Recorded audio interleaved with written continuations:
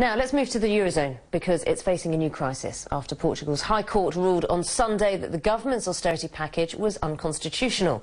The European Commission has warned Portugal not to depart from the terms it accepted in return for an international bailout. Well, in a televised address, Portugal's Prime Minister Pedro Passos Coelho called the situation a national emergency. He promised to implement whatever cuts were necessary to ensure that Portugal avoids a second bailout. After a ruling by Portugal's Constitutional Court, it rejected a number of austerity provisions in this year's budget at a time of angry protests. That leaves Portugal short of more than $1.5 billion in required savings.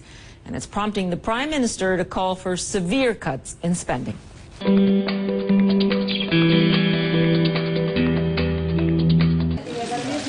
The Portuguese government says it will further cut spending to meet the bailout targets agreed with its lenders after a constitutional court rejected 4 of its planned austerity measures.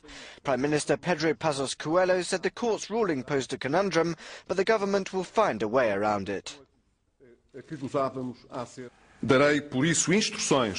He said, "I will instruct the ministries to proceed with respective spending cuts to compensate for the Constitutional Court's ruling." O que o acórdão do Tribunal Constitucional agora vedou.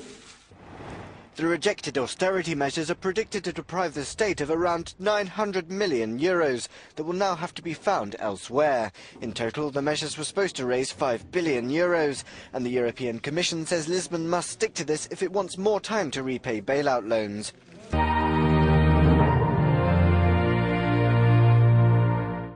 The Portuguese Prime Minister is scrambling now to come up with more than $1 billion of savings. He needs to do it in a way that will satisfy the European Union and the International Monetary Fund, while at the same time appearing to treat fairly the different groups of Portuguese society. It's not going to be easy.